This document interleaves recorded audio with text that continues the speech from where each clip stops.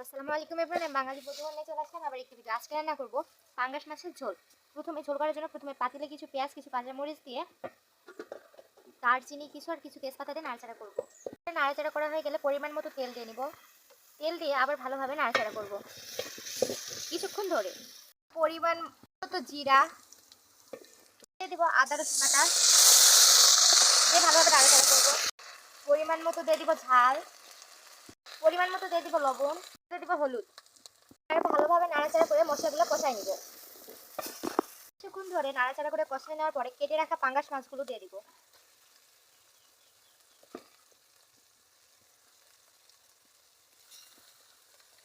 এবারে আবার কিছুক্ষণ ধরে ভালোভাবে নাড়াচাড়া করে কষাই নেব।